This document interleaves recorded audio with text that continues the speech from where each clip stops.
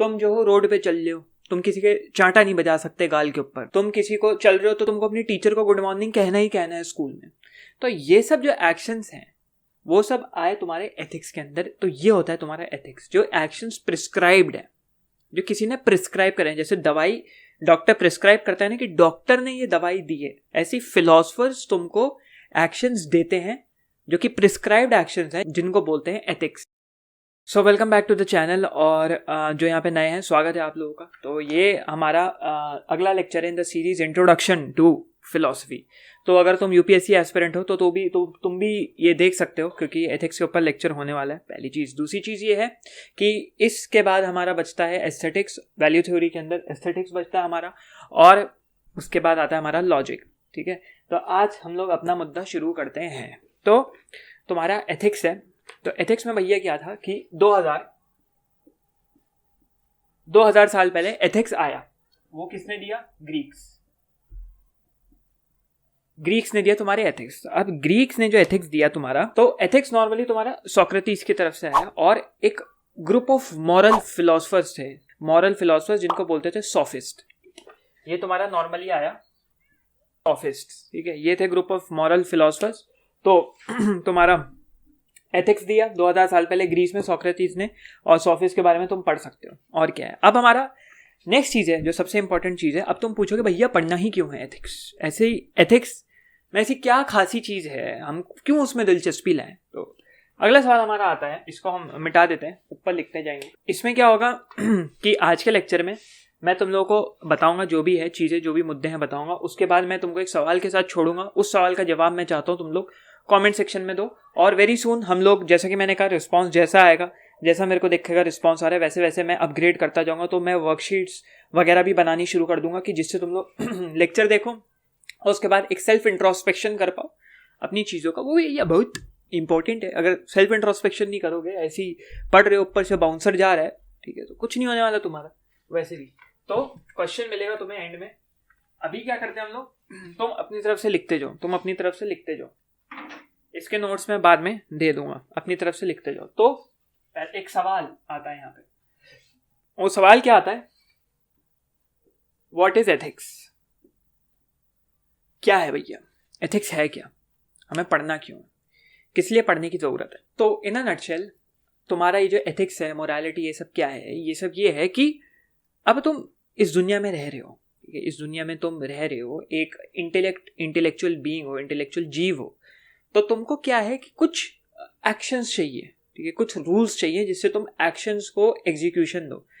तुम जो हो रोड पे चल रहे हो, तुम किसी के चांटा नहीं बजा सकते गाल के ऊपर, ठीक है, तुम किसी को चल रहे हो तो तुमको अपनी टीचर को गुड मॉर्निंग कहना ही कहना है स्कूल में।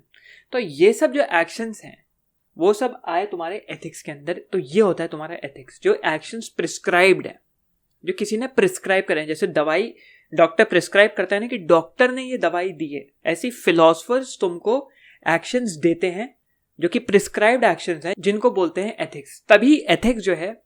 तभी एथिक्स नॉर्मेटिव डिसिप्लिन के अंदर आता है, नॉर्मेटिव रेल्म के अंदर आता है। अब ये नॉर्मेटिव डिसिप्लिन क्या होता है एक बार तुम खुद भी चेक कर सकते हो। अब मैं तुमको थोड़ा सा नॉर्मेटिव रेल्म समझा दूं ये चीज। तो किसी भी चीज को टेस्ट करने के लिए,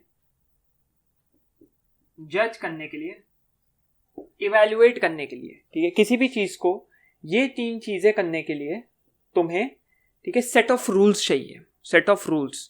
तो वो जो चीज कह लो, एक सब्जेक्ट जो वो सेट ऑफ रूल्स पढ़ता है, या जो सेट ऑफ रूल्स अपने में है, उनको बोलते हैं नॉर्मेटिव रेल्म या नॉर्मेटिव डिसिप्लिन। ठीक है, तो ये है, इतना ही, इसमें ज़्यादा नहीं है। तो इसमें ज़्यादा घुसो मत, दिमाग की अपनी मोटर ज़्यादा गर्म मत करो। तो अब आगे बढ़ते हैं हम लोग। इसमें इतना ही था। What is the definition of ethics? Simple है, सिंपल रखो, जितनी चीज़ें सिंपल रखोगे उतना ज़्यादा आसान रहेगा, क्योंकि ये एक स्किम थ्रू लेक्चर है, सीरीज है, तो तुमको इन डेप्थ में घुस के नहीं बताऊंगा कुछ, तो इसमें स्किम थ्रू कर गए हम लोग। अब एथिक्स ना कुछ देखो सवाल एथिक्स कुछ सवाल पूछता है, बहुत ज़रूरी सवाल है कि भैया अब हमने जान लिया व्हाट इज एथिक्स, ठीक है, अब हमको जानना है एथिक्स सवाल क्या पूछता है, क्योंकि philosophy is all about questioning, curiosity, questioning and giving poised arguments. तो अब एथिक्स क्या सवाल पूछता है हम यहाँ पे लिख लेते हैं, फिर इसको कंटिन्यू करेंगे।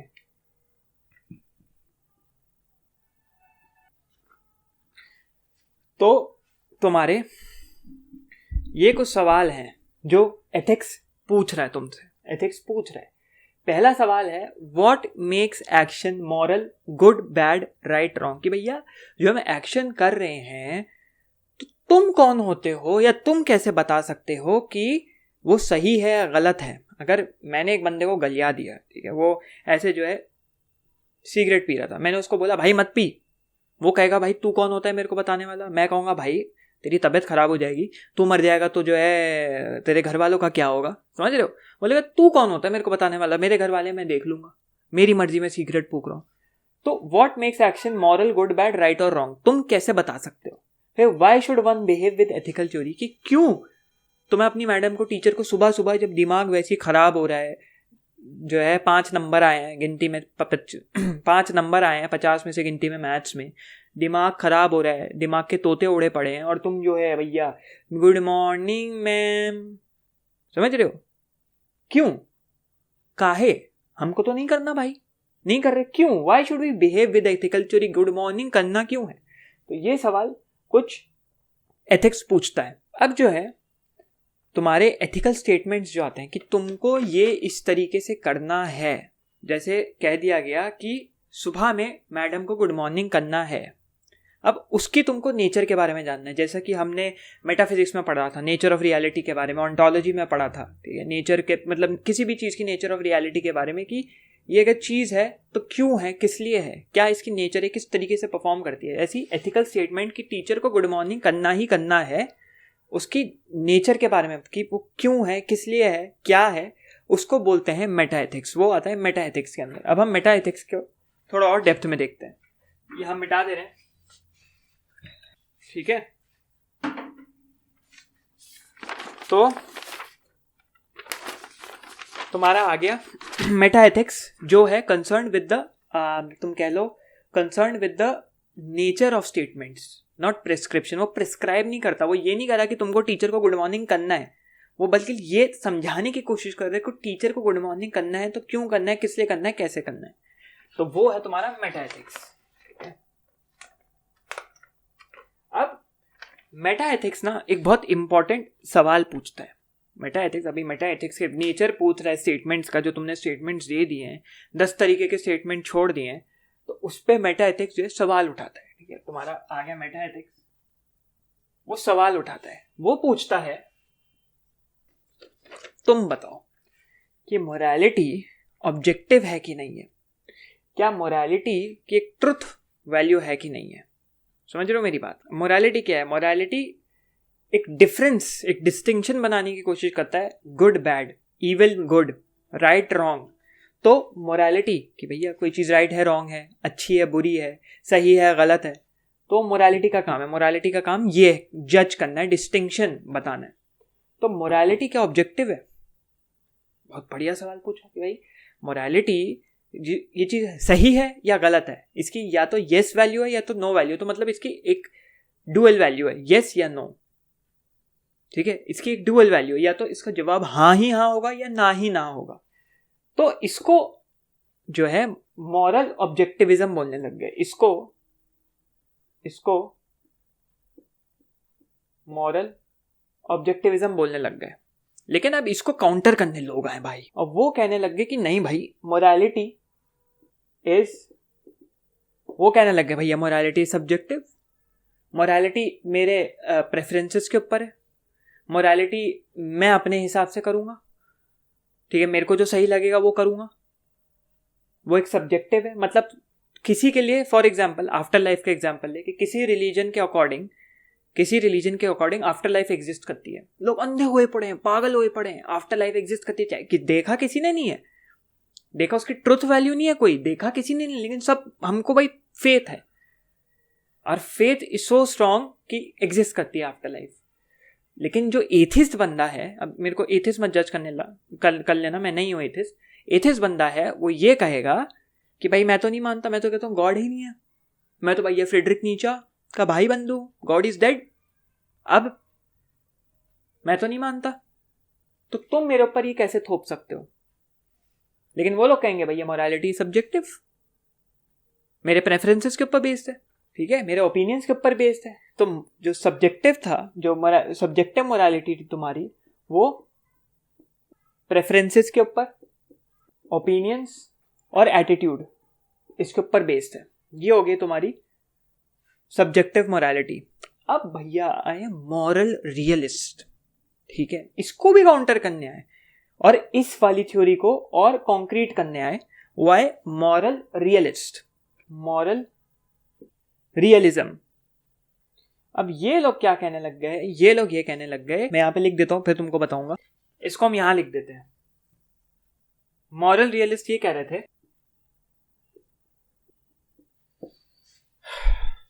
तो मॉरल रियलिस्ट ने भैया ये कहा कि जो तुम्हारे मॉरल जजमेंट्स हैं, मॉरल जजमेंट्स वो ट्रू और फॉल्स होते हैं। ये बहुत बेसिक सा एग्जांपल लेते हैं। Objective feature of the world तुम्हारा क्या हो गया, 2 + 2 = 4, वो एक objective feature of the world है, क्या 4 ही होगा। वो 2 + 2 अगर कोई कह रहा है = 5, तो मॉरल रियलिस्ट ये कहेगा कि भैया वो तुम जाओ, तुम भैया खसक लो मॉरल सब्जेक्टिविटी में, ये तुम्हारा ओपिनियन है, 2 + 2 = 5, तुम्हारी वाट लगेगी। हमको ये पता है 2 + 2 = 4, क्योंकि वो एक ऑब्जेक्टिव फीचर, इस दुनिया का ऑब्जेक्टिव फीचर है, ठीक है। तो ये है। अब ये सब लिख लो, अगर लिखना है तो मैं साइड हट जाता हूं, पॉज कर करके लिखते जाओ। अब मोरालिटी ऑब्जेक्टिव है या नहीं है, उसके ऊपर एक बंदे ने तगड़ा काम किया था, जो कि फिलॉसफी में बहुत ज़्यादा यूज़ होता है, आर्ग्यूमेंट फॉर्मेशन में बहुत ज़्यादा यूज़ होता है, और लोग बहुत ज़्यादा फैलेसी क्रिएट करते हैं उसमें, which is Hume's law. David Hume भैया ने दिया था ह्यूम्स लॉ, जो कि है तुम्हारा is ought problem. Is ought problem थोड़ा इन डेप्थ है, अलग से मैं उसके ऊपर वीडियो बनाऊंगा, तो यहाँ पे तुम कार्ड क्लिक कर सकते हो इज ऑट प्रॉब्लम के बारे में जानने के लिए। उसके बाद तुम पहले वो वीडियो देख लो, यहाँ पे मैं उसको, लेक्चर लंबा हो जाएगा, उस इज ऑट प्रॉब्लम को देखो, फिर हम आगे लेक्चर में बढ़ेंगे। तो पहले जाओ वो वीडियो देख के आओ, फिर लेक्चर में आगे बढ़ेंगे। हाँ, यहाँ पे मैं एक चीज़ बताना भूल गया, मेंशन करना भूल गया, जो कि थी जब हम व्हाट इज़ एथिक्स वाले पार्ट में चले जाना, व्हाट इज़ एथिक्स जब हम सवाल पूछ रहे थे, तो वहाँ पे किताब है जॉन डे की, इंट्रोडक्शन टू एथिक्स। उन्होंने बहुत अच्छे से एथिक्स का मतलब समझाया हुआ है, एथिक्स क्या होता है, ठीक है। तो तुम उसको देख सकते हो। और उन्होंने शायद उस बुक में ये भी कवर किया हुआ है कि जो डिस्क्राइबिंग एक्शंस होते हैं वो क्या होते हैं। और उस चीज़ में मैं एक और चीज़ और उस वाले में मैं तुमको एक और चीज़ बताना भूल गया, व्हाट इज़ एथिक्स वाले में, कि जैसे हमने बोला था कि प्रिस्क्राइब्ड एथिक्स जो है एक प्रिस्क्राइब्ड एक्शन है, तो जो प्रिस्क्राइब किया जाता है, तो वो एक्शन क्या है जो डिस्क्राइब करता है, डिस्क्रिप्टिव एक्शन क्या है, ठीक है, जो डिस्क्राइब करता है। तुम्हारा एथिक्स जो है, एथिक्स प्रिस्क्राइब करता है, तो डिस्क्राइब क्या करता है,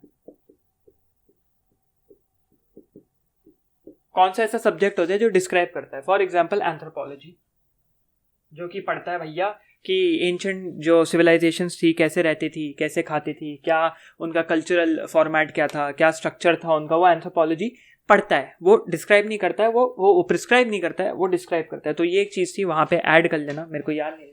और introduction to ethics John Deigh, ये अगर पढ़ना है तो तुम पढ़ सकते हो, ठीक है। आगे बढ़ते हुए अब हम लोग और थोड़ा डेप्थ में घुसेंगे कि कोई चीज़ गुड है या बैड है। तो मतलब देख रहे हो सही गलत में भी कितनी बड़ी फिलॉसफी है, क्योंकि यही पूरी फिलॉसफी है, क्या सही है क्या गलत है। आफ्टर लाइफ के बाद ये भी बहुत इंपॉर्टेंट चीज़ है, आफ्टर लाइफ मेटाफिजिक्स, कि भैया क्या सही है क्या गलत है। तो तुम्हारी कुछ थ्योरीज आती हैं, theory of ethics, 2-3 theory of ethics हैं जो बताती हैं कि एक एक्शन अच्छा है या बुरा है, ठीक है। तो पहली थ्योरी है तुम्हारी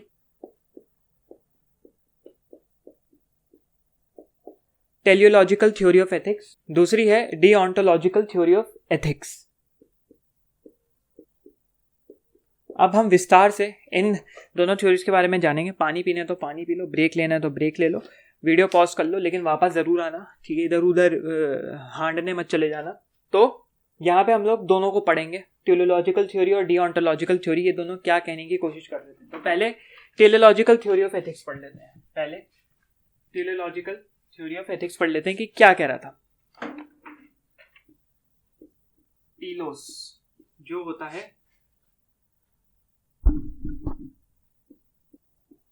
ठीक है, तो ये तुम्हारा आता है ग्रीक वर्ड से टीलोस, जिसका होता है मतलब एंड और पर्पस, ठीक है। और लॉजिया तुमको पता है स्टडी, तो स्टडी ऑफ पर्पस कह सकते हो। ये थ्योरी क्या कहती है कि तुमने इसको माइक को इधर कर लें, तुमने अगर ए किया जो कि एक, तुम समझ लो मॉरल एक्ट हो सकता है, इमोरल एक्ट हो सकता है। ए जो है गुड हो सकता है, बैड हो सकता है, इमोरल, मॉरल, ए कुछ भी हो सकता है। ए जो है बी को इफेक्ट करेगा, और बी क्या है तुम्हारा है एंड पर्पस, ठीक है। और ए बी के कॉन्सिक्वेंसेस को इफेक्ट करेगा, समझ रहे हो? थोड़ा इसको पॉज करके ध्यान से देख लेना, छोटा हो गया ज़्यादा, बट मुद्दा समझो इस चीज़ का, ठीक है। इसका मुद्दा समझो, जो तुम ए करोगे वो तुम्हारे बी को इफेक्ट करेगा, और ये जो बी से इफेक्ट निकलेगा वो तुम्हारा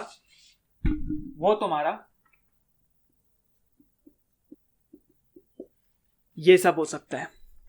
तो अब इसको समझो, तुमने ए किया, कोई अच्छा काम किया, बुरा काम किया, उसने तुम्हारे पर्पस को इफेक्ट किया, और वो पर्पस तुम्हारे अंदर ये इमोशंस लेके आएगा, हैप्पीनेस, पेन, प्लेजर, गिल्ट। तो ये है तुम्हारी टेलियोलॉजिकल थ्योरी ऑफ एथिक्स, ये कहती है। तो इसको कोई भी एक्शन लेने से पहले ये लोग क्या, जैसे कि मैं बहुत बार मैंने कहा है अपने दूसरे चैनल पे वीडियोस में कहा है कि तुमको रिवर्स इंजीनियर करना चाहिए, ठीक है, रिवर्स इंजीनियरिंग करो। तो जो teleological theory of ethics follow करते हैं वो क्या करते हैं, वो पहले बी को आइडेंटिफाई कर लेते हैं कि हम क्या अचीव करना चाह रहे हैं, हमारा एंड गोल क्या है। तभी मैंने बोला ना एंड क्या है, एंड गोल क्या है। फिर वहां से वो पीछे आते हैं कि हम कैसा ऐसा एक्शन करेंगे कि हमारे कॉन्सिक्वेंसेस पेन में ना आए और गिल्ट में ना कन्वर्ट हो जाए, ठीक है, हैप्पीनेस मिले हमें। मेरा बात का गहराई समझ रहे हो ना?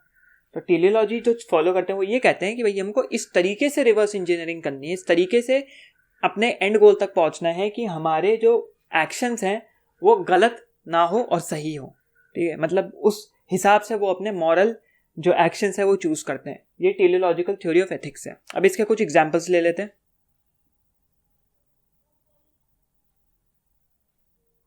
तो इसके कुछ एग्जांपल्स हैं जो कॉन्सिक्वेंसेस पे डिपेंडेंट होते हैं तुम्हारे मॉरल एक्शंस। वो है ईगोनिज्म, ठीक है। ईगोनिज्म, इन सबके तीनों के मतलब बताएंगे। ईगोनिज्म, यूडैनिमिज्म और यूटिलिटेरियनिज्म। बुचर कर दिया मैंने, बट स्टिल। तो अब इन सबका एंड गोल ले लेते हैं, ठीक है। ये सारी कॉन्सेप्ट्स हैं, ठीक है। जैसे यूटिलिटेरियन सोसाइटी, यूडेनिस्टिक सोसाइटी, ठीक है। तो इसका क्या एंड गोल होता है, इन सब चीजों का क्या एंड गोल होता है? इसका एंड गोल होता है, तो ये हो गए तुम्हारे तीन कॉन्सेप्ट्स। ईगोनिज्म जो हैप्पीनेस, प्लेजर, उसका एंड गोल होता है। ये जो तुम्हारी तीनों चीजें हैं ये एंड गोल है जो हम लोग पढ़ रहे थे टेलियोलॉजी के स्टार्टिंग में। ईगोनिज्म में तुम्हारा हैप्पीनेस, प्लेजर एंड गोल होता है। यूटैमोनिज्म में वेलबींग होता है, एक बार इसकी स्पेलिंग चेक कर लेना, ठीक है। उसके बाद तुम्हारा यूटिलिटेरियनिज्म में तुम्हारा जनरल वेलबींग ऑफ मैनकाइंड। ये तुम्हारे एंड गोल होते हैं जो ये सब अचीव करने की कोशिश करते हैं। अब हर चीज का एक काउंटर होता है, this is the world of philosophy. तो इसका भी एक काउंटर है। इसका काउंटर टेलियोलॉजिकल थ्योरी का काउंटर आया, वो आ गया deontological theory of ethics. Deontological theory, अब ये भैया क्या कहते हैं, अब ये ऑपोजिट है उसका। अब पहला वाला जब ये कह रहा था कि तुम्हारे एक्शंस, मॉरल एक्शंस, तुम्हारे कॉन्सिक्वेंस, तुम्हारे जो है अचीवमेंट्स के ऊपर पूरी तरह से डिपेंडेंट है, तुम्हारी कॉन्सिक्वेंसेस उसी से निकल के आते हैं, तो ऑब्वियस सी बात है इन्होंने उसका उल्टा कहा, ठीक है। इन्होंने उसका उल्टा किया। इन्होंने कहा कि नहीं, ऐसा कुछ नहीं है, कोई ऐसी चीज नहीं है, तो हमको घंटा बेवकूफ मत बनाओ। तो तुम्हारा डियोन था जिसका मतलब होता है, ये तुम्हारा ऑन्टोलॉजी वाला ऑन्टोलॉजी नहीं है, ठीक है, ये अलग चीज है। तो यही चीज कंफ्यूजिंग होती है। तो डियोन है, डियोन का मतलब, Dion Greek word for duty है, ठीक है। अब इससे हम तुम्हारा डिओंटोलॉजिकल थ्योरी का मायने निकालते हैं। इसमें यह है कि अगर तुमको कह दिया तो तुमको करना ही करना है, irrespective of the consequences you face. इसमें एक अथॉरिटी आती है, इसमें एक अथॉरिटी है, और वो नॉर्मली डिओंटोलॉजिकल थ्योरी में नॉर्मली वो अथॉरिटी कौन है भैया? गॉड।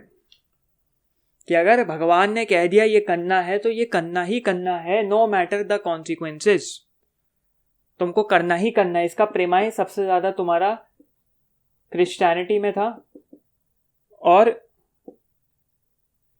जुडाइक कॉन्सेप्ट्स में था, जूडिज्म के कॉन्सेप्ट में था।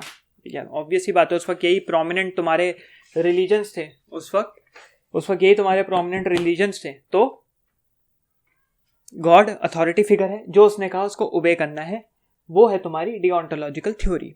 We do not give a flying F about the consequences, चाहे कुछ भी हो, अच्छा हो बुरा हो, हमने कहा है करना है। लेकिन एक और चीज बता दो, हर डिओंटोलॉजिकल थ्योरी सुपर नेचुरल चीज को इंटू अकाउंट नहीं लेती। फॉर एग्जाम्पल तुम्हारा डिक्टेटरशिप है, डिक्टेटर ने कह दिया, या जैसे हिटलर था, हिटलर ने कह दिया, एक अथॉरिटी है हिटलर ने कह दिया कि भैया ज्यूज मरेंगे, मारो, चाहे कोई भी कॉन्सिक्वेंस हो, दुनिया की कोई हालत हो, कोई माँ अपने बच्चे से बिछड़ जाए, बाप अपने बेटे से बिछड़ जाए, दो कपल्स बिछड़ जाए, नहीं, ज्यूज को मारना है।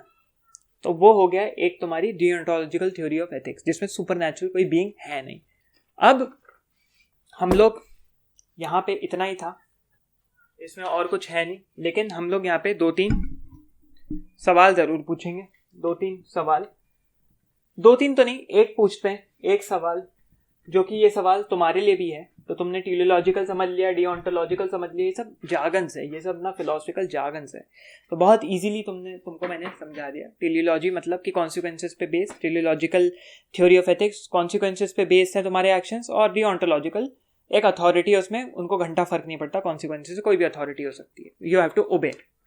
अब है एक सवाल, जिस सवाल के बारे में तुम भी सोचोगे, तुम भी थोड़ा पढ़ोगे और कमेंट्स में आके मेरे को वापस बताओगे। जिसका बेस्ट कमेंट होगा, अच्छे से डिस्क्रिप्टिव कमेंट होगा, उसको मैं पिन कर दूंगा, जिससे आगे भी लोग उसको देख पाएं। तो बेस्ट जवाब तुम बताओगे। तो ये सवाल मैं यहाँ पे लिख देता हूं, can ethics help create good individuals? क्या एथिक्स सही में एक इंसान को अच्छा बनाता है? बनाता है नहीं बनाता है? इसके ऊपर बहुत लोगों ने कहा हाँ बनाता है, बहुत फिलोसफर्स ने कहा, जैसे तुम्हारा इमैनुअल कांट हो गया, उसने कहा हाँ, तुम्हारा आर्थर शोपेनहायर ने कहा कि हाँ बनाता है, इन दोनों ने कहा हाँ भाई बनाता है। लेकिन कुछ फिलोसफर वापस से भसड़, कुछ फिलोसफर्स ने कहा कि भैया, जैसे कि एक फिलोसफर थे रिचर्ड टेलर, उन्होंने कहा नहीं बनाता, उनकी बुक है गुड एंड ईवल, ये भी पढ़ सकते हो। उन्होंने कहा भाई नहीं बनाता हमको एक अच्छा इंसान। तो ये सवाल तुम्हारे ऊपर, तुम्हारे मत्थे ये सवाल, तुम बताओ कि बनाता है नहीं बनाता है। इसका जवाब कमेंट्स में लाओ और मैं बेस्ट कमेंट को पिन करूंगा। इंगेज थोड़ा ज़्यादा करने की कोशिश करो यार, शेयर वेयर करो चैनल को। मैं भी टीचिंग ठीक सीखने की कोशिश कर रहा हूँ, तो होपफुली अभी तो 4-5 ही वीडियोज़ हैं, आगे अभी तो कितने हैं पता नहीं, हज़ारों वीडियोज़ अपलोड होंगे। तो जैसे जैसे आगे बढ़ेंगे और एक टीम बनाएंगे, एक टीम को अपनी एक्सपैंड करेंगे, तो वैसे वैसे हम लोग इम्प्रूव करते जाएंगे अपना कंटेंट, और डिलीवरी तो इम्प्रूव होगी। ठीक है, तो आज हमने अपनी इन्फो लाइब्रेरी में क्या क्या सीखा। इन्फो लाइब्रेरी में हमने सीखा सॉफिस्ट के बारे में, जाके इन्फ्लो मतलब सीखा इन द सेंस कि तुमको इसके बारे में रिसर्च करनी है और सॉफिस्ट के बारे में पढ़ना है। जॉन डे की किताब है इंट्रोडक्शन टू एथिक्स, ठीक है। ह्यूम्स लॉ है, उसका तुमको वीडियो देखना है, इज व्हाट प्रॉब्लम वाला, ठीक है। और एक चीज़ मैं बताना भूल गया, जो कि है रॉबर्ट एल्मेडर के ह्यूमन हैप्पीनेस एंड मोरालिटी, उसके ऊपर एक किताब है, वो तुमको अगर देखनी है तो जाके देख सकते हो।